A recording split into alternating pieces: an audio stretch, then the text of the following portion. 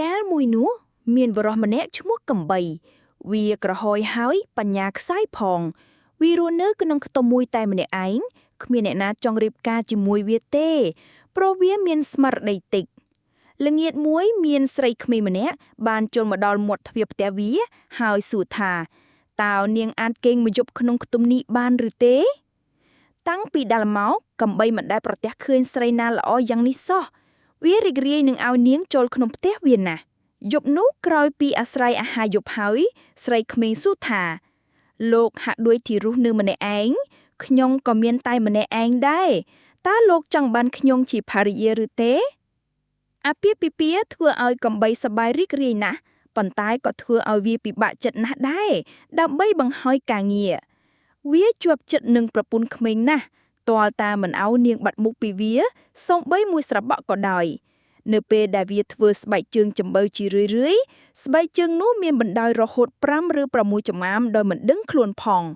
ព្រោះបុរសជាប្តីអាចតែសម្លឹងមើលប្រពន្ធវាមិនមើលការងារសោះនៅពេលធ្វើឲ្យភ្លៀងចម្បើងក៏ដូចនេះដែរជួនកាលអាវនេះមានប្រវែងរហូតដល់10ឬ20ចំអាមព្រោះបុរសនេះសម្លឹងមើលតែអ្វីៗដែលប្រពន្ធវាកំពុងធ្វើមិនបានប្រុងប្រយ័ត្នមើលការងាររបស់វាទេគ្មាននរណាអាចពាក់អាវភ្លៀងវាបានឡើយរួចមកវាក៏ទៅធ្វើការអាយចំការមួយស្របក់ម្ដងវារត់មកផ្ទះវិញស្រែកហៅប្រពន្ធសម្លេងអើយអូននៅទីនេះឬហេតុនេះវាគ្មានបានបំពេញការងារច្រើនទេក្នុងមួយថ្ងៃប្រពន្ធពោលថាគាត់នឹងមិនចង់ធ្វើការទេដូច្នេះនាងទៅទីក្រុងឲ្យសិល្បករម្នាក់គូររូបនាងយករូបមកផ្ទះវិញហើយប្រាប់កំបីថាបងនេះណារូបខ្ញុំសូមយករូបនេះទៅភ្ជួរនឹងដាមម៉ូនៅជិតបងទៅបងអាចឃើញរូបនេះនៅពេលកំពុងធ្វើការក្នុងចំការបងមិនបាត់មុខខ្ញុំយូរទេកំបីធ្វើតាមនាងប្រាប់មួយស្របក់ម្ដងវាឈប់ធ្វើការដើម្បីមើលរូបប្រពន្ធវាប៉ុន្តែមិនយូរប៉ុន្មានវាក៏រត់មកផ្ទះជាញ័យទៀតថ្ងៃមួយមានខ្យល់បក់មួយវឹបគួចយករូបនោះហើយបំប៉ាំងទៅលើមេឃកំបីតាមចាប់រូបនោះដែរប៉ុន្តែមិនយូរប៉ុន្មានរូបក៏រសាត់បាត់ពីភ្នែកវាទៅកំបីយំស្បែបរត់ទៅផ្ទះប្រាប់ប្រពន្ធនាងបានលួងលោមថាបងសម្លាញ់កុំព្រួយខ្ញុំនឹងទៅទីក្រុងរករូបគំនូរមួយទៀតមកឲ្យបងក្នុងរយៈពេលនោះរូបគំនូរទី1ប៉ាំងតាមខ្យល់ហើយទីបំផុតក៏ធ្លាក់ពេលប៉ោលចុះដល់សួនក្នុងវិមានមួយលុះឃើញរូបគំនូរម្ចាស់វិមានចាប់ចិត្តស្នេហាលើរូបស្រីក្នុងគំនូរនោះលោកគិតយ៉ាងនេះបើរូបគំនូរដូចនេះមុខជាមានមនុស្សពិតមិនខានរួចលោកក៏បញ្ជាបម្រើឲ្យដើររកស្រីនោះដល់ឃើញឲ្យចាប់យកនាងមកជូនលោកគុំបង្អង់បម្រើដើរពីភូមិមួយទៅភូមិមួយដោយកាន់រូបគំនូរទៅផង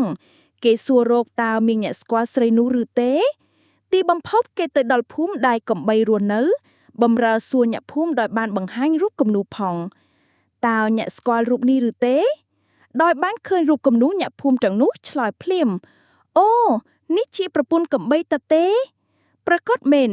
លុះបម្រើទៅដល់ខ្ទមកំបីក៏ឃើញស្រីម្នាក់រូបស្អាតមុខដោយរូបក្នុងគំនូរបេះបិទយើងមកចាប់នាងយកទៅជូនចៅវាយភុកយើងហើយគេនិយាយឲ្យប៉ុនប៉ុណ្ណោះនាងចិនទៅកំបីអង្វរសូមមេត្តាកុំចាប់យកនាងទៅតែឥតអំពើឡើយវាស្រែកទ្រហោហើយយ៉ាងខ្លាំងទាល់តែទឹកភ្នែកคล้ายទៅជាធ្លឹកមួយបណ្ដាយមួយជំហាន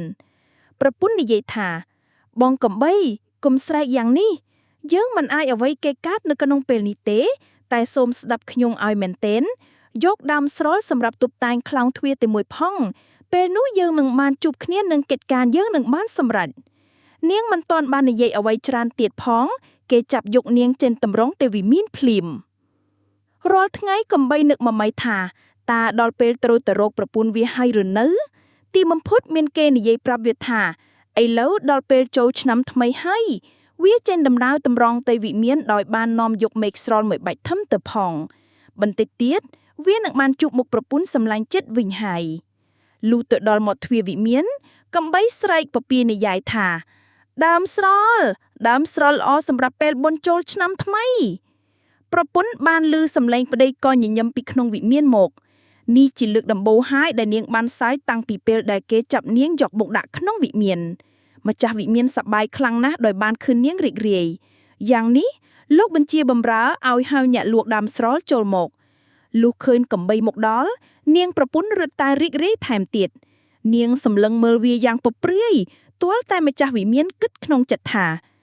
បើអ្នកលក់ដើមស្រល់ធ្វើឲ្យនាងរីករាយយ៉ាងនេះអញគួរតែធ្វើជាអ្នកលក់ដើមស្រល់វិញម្ដងម្ចាស់វិមានក៏បញ្ជាកំបីឲ្យបដូរសម្លៀកបំពាក់ជាមួយខ្លួនលុះស្លៀកពាក់ខោអាវកញ្ចាស់ដូចជាអ្នកលក់ដើមស្រល់ម្ចាស់វិមានដើរចុះដើរឡើងក្នុងសួនដោយស្រែកពពានិយាយថាដើមស្រល់ឡោសម្រាប់បុណ្យចូលឆ្នាំថ្មីធ្វើយ៉ាងនេះនាំឲ្យប្រពន្ធកំបីកាន់តែសប្បាយចិត្តឡើងហើយនាងតាក់ដៃដ៏ស្រួយរបស់នាងហើយសែកក្អាកក្អាយឲ្យពីដួងចិត្តម្ចាស់វិមានរីករាយខ្លាំងណាស់ដោយបានឃើញនាងសើចហើយក៏តាំងរាំរែកជុំវិញសួនដោយពុនដើមស្រល់ពីចារក្នុងផងថាដើមស្រល់ល្អគេពពានិយាយហើយពពានិយាយទៀតគេរាំរារើជុំវិញសួនហើយចេញផុតពីមាត់ទ្វារវិមានដោយមិនដឹងខ្លួនផងលុះម្ចាស់វិមានចេញផុតទៅក្រៅភ្លាមប្រពន្ធកំបីប្រាប់បម្រើឲ្យបិទទ្វារវិមានមួយរំពេកបន្តិចក្រោយមកម្ចាស់វិមានដឹងថាខ្លួនមិនបាននៅក្នុងសួនទេគេក៏ដើរទៅកាន់ទ្វារវិមានប៉ុន្តែងឿងឆ្ងល់ជាខ្លាំងដោយឃើញទ្វារបិទជិតបើកឲ្យអញចូលគេស្រែកហៅតែគ្មាននរណាឆ្លើយតបវិញសោះក្នុងវិមានកំបីនិងប្រពន្ធដ៏ឆ្លៀសស្វ័យរបស់គេមានរបស់ទ្រព្យសម្បត្តិគ្រប់បែបយ៉ាងដូចចិត្តប្រាថ្នាហើយក៏រស់នៅយ៉ាងសុខសាន្តនិងរីករាយពីពេលនោះមក